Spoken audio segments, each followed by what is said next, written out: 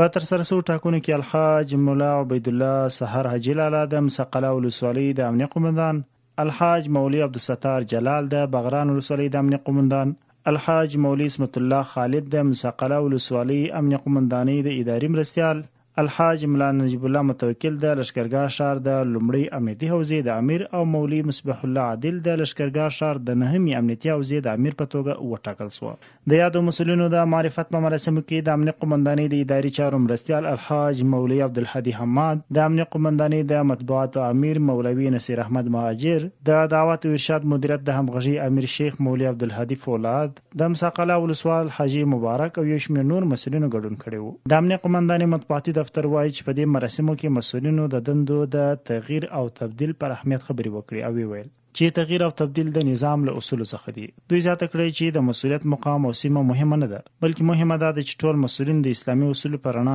کې د امراو اطاعت، د خپلو صفوفو ترمنځ یووالی او همغږي وساتي او د ځورېدلي ولس د خدمت لپاره خپلې دندې په اخلاص ترسره کړي. په پای کې نوي ټاکل شوي مسؤلین خپلو دندو ته وروپېژندل شو او د لا ښه خدمت او بریالیتوب لپاره ورته د خیر دعاوې وسولې.